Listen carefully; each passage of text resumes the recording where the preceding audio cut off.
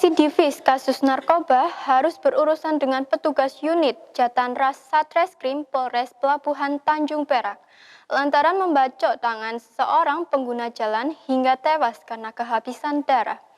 Peristiwa itu diakibatkan pelaku yang tersinggung dipandangi oleh korban.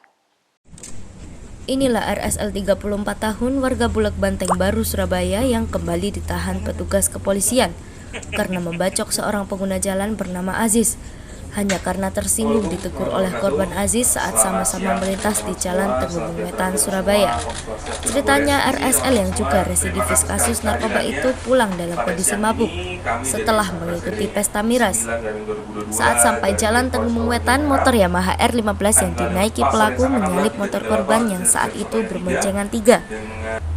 Korban yang saat itu juga tengah mabuk tiba-tiba menegur pelaku karena dianggap selalu memandanginya, padahal keduanya sebelumnya tak saling kenal.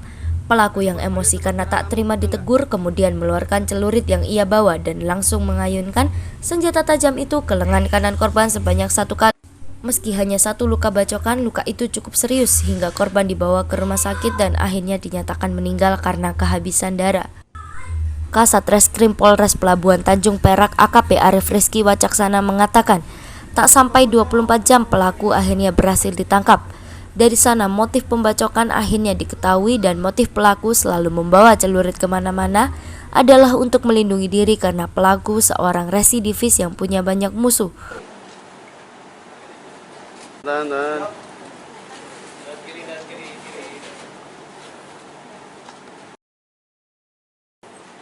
Motifnya di sini adalah ketersinggungan dari saling pandang di jalan raya pada saat mengendarai kendaraan bermotor.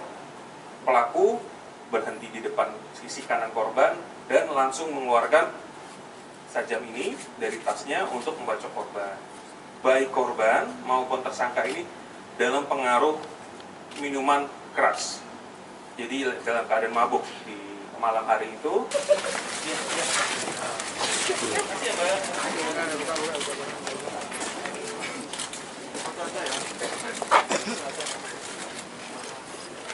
Untuk mempertanggungjawabkan perbuatannya, RSL bakal dijerat pasal 338 KUHP, subsider pasal 351 ayat 3 KUHP dengan ancaman hukuman pidana 15 tahun penjara.